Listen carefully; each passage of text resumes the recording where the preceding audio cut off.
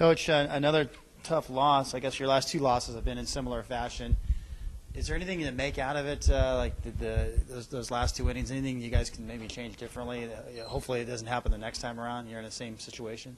Yeah, in fact, we did change, believe it or not, this time. We went to a full court zone, and after the Santa Barbara game, kind of a few days after that, we worked on some special situations with minimal time and a time scored or a team down one, so on and so forth, where they have to bring the ball the length of the floor. And we actually worked on something different, keeping a team going left and, opposed to that right side. And, 8 seconds is still a long time.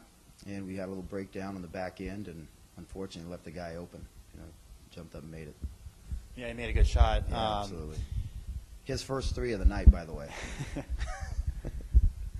wanted to ask, after the game, what was the mood in the locker room? Since it was a non-conference game, were the guys, were they still pretty loose? I mean, it seemed like on the court afterwards they were still, okay. And I mean, what was the mood of the team after a loss like that? Well, one thing I think our guys have done here in the last 6-7 games, and all year, quite frankly, but winning helps, is they're very competitive. They're starting to believe in each other. I think the group is really playing well together, and the competitive nature of all of us definitely felt like we let one slip away, so to speak. But crazy thing is, kind of joking, but after the Santa Barbara game, we won 6 straight. After that tough loss. After this tough loss, if we win 6 straight again, we'll be, celebrating on Selection Sunday. So, little tongue-in-cheek there, but I think our guys are pretty resilient. We had great practices after the Santa Barbara game and going into that Bakersfield win on the road a few weeks ago. So, we're just going to come back to work. Gave guys today off, and tomorrow and Wednesday really prep for Long Beach. Talk about Long Beach. I mean, if you have any chance of winning the conference, you got to win this game. We know how good they are. They had a big win on Saturday themselves. Guys, they kind of knocked you around a little bit, the conference opener back in December. I mean, this is a tough test for you guys. So what's the mindset going into a very big matchup for this team? Yeah, the mindset is we've got to play a really, really good basketball game, obviously. I think the special thing about Long Beach is obviously they're playing very well right now. And that starting 5, all 5 guys average in double figures. And those guys, I heard a statistic, they played together 80-plus games. Those guys, they play really, really well together. It's in my recent history as well as anybody that I've seen play, how well they pass together in interior. And Casper Ware, their starting point guard, really is a guy that makes them go. And quite frankly, he's playing like an MVP of the league type of candidate right now. So they're really good. They're good at home, but we've been good on the road. I think our guys show a little resiliency. And just like the NAU game being a non-conference game, the Long Beach game, of course, it's not going to make or break our season. It's obviously going to hurt our chances of being the regular season, conference champion. But if we lose at Long Beach, it's not going to end our year. It's a one-bid conference, and the conference tournament is really what's going to decide, who goes to the NCAA tournament. Since the tournament is down in Anaheim, you obviously would love to be at home these last 3 games, but I mean, being on the road, do you like that heading into the conference tournament? Do you like the challenge? Since you have played so well on the road. We have. I wouldn't say we like it. We sure liked being at home during that stretch, and fortunately we took care of business at home. You go on the road, you try to squeak one out somewhere, and we have 3 opportunities to get a road win. Our goal going into the season was to get a minimum of 4 road wins in conference. We've achieved that. Now we want to go exceed our goal and try to get one somewhere there. Have a winning record on the road in conference is really phenomenal in any conference. And we're halfway there, or we've met our 4 wins. Now we're going to go out and see if we can get one here Thursday, and if not, Saturday, and then of course one final opportunity next Saturday.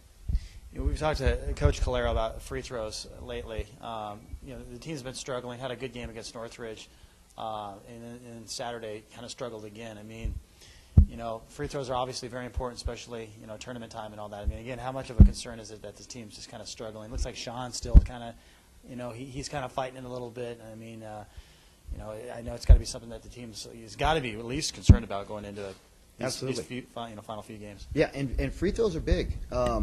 Interesting statistically, you have a team like put in comparisons, but a team like NAU, who's the #1 3-point shooting team in the country, not just in their league, but in the country, they're the worst free throw shooting team in the league, in their league.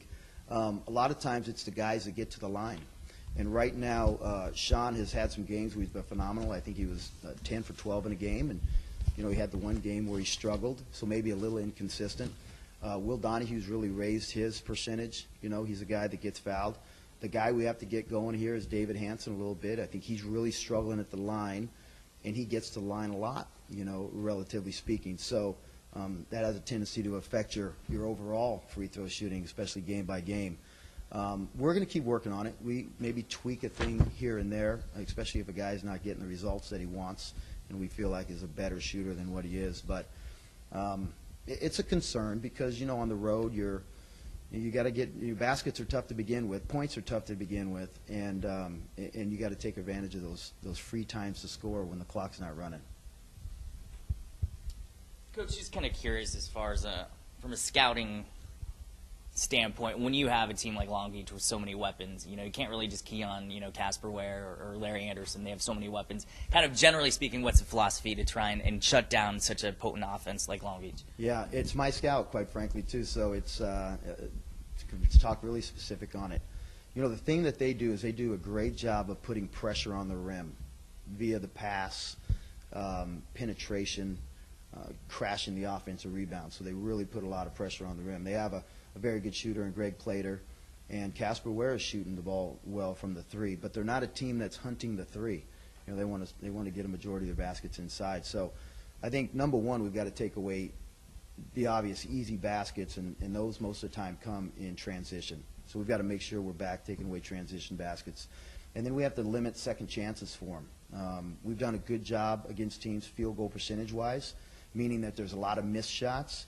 We've got to minimize their opportunities for second shots. And so building our defense from the inside out, that's probably going to be the biggest goal. But you're right, that 5 guys in double figures. We have to find a way to get to their bench. Their next leading scorer, I think, is at 5 points a game, and no disrespect to him, but we've got to put somebody else in a position to do things maybe that they're not used to doing. Finding a way, we don't press. And one of the ways that we kind of determined our way of pressing or doing something different is maybe double teaming the post or double teaming a ball screen, trying to create some offensive opportunities for us. So we've just got to mix the game up a little bit. But the bottom line, although it sounds simplistic, is we've got to take away easy scoring opportunities for them. Talk about Saturday's game. I mean, are you scouting them as well? Or Fullerton? Yeah. I am. Yeah, it is. Talk That's about, the way it works out. I know the big focus is Long Beach, but what's it going to take to get a W in Fullerton as well? Yeah, Fullerton's a lot different team. They're going to 2-3 zone us the whole game. They're going to zone us, and so they're really susceptible to open perimeter shots, and I think we're going to get a lot of those. I think we made 13 of them maybe against them here in one game. I don't remember what game. No, it wasn't against them, but we're going to have to jump up and make shots because they're going to make it tough to score inside. And this week we'll talk about that, and we'll talk about where those shots are going to come from. Conversely, they have 2 inside guys that are very physical. They're undersized, similar, and so that's going to put David in a situation where he's going to have to guard a guy who's probably a little bit more physically imposing on him, and how we're going to fix that. And that's where doubling in the post will be a little bit, but they have a little bit better shooting team. And so that could cause a little bit problem for us. But they're both very challenging games. Fullerton, I think Fullerton has lost. The record does not show very well right now.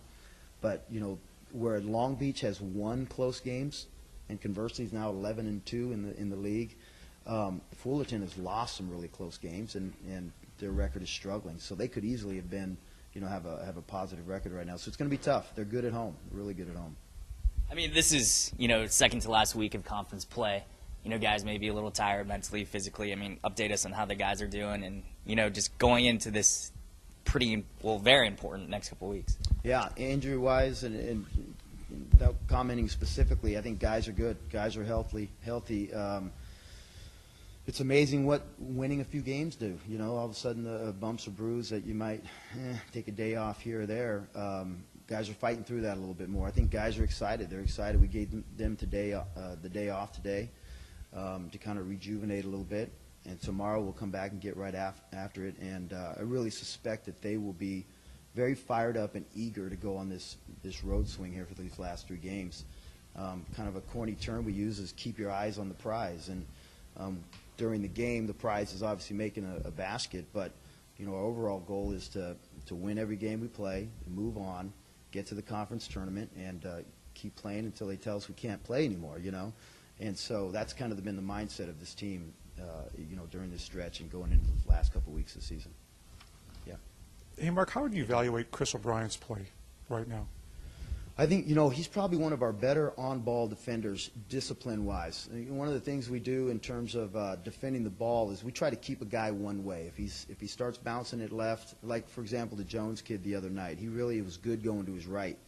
And if he got going left, he'd like to get you to cut him off, and then he'd spin back going to his right. Chris is really disciplined in that regards defensively for us.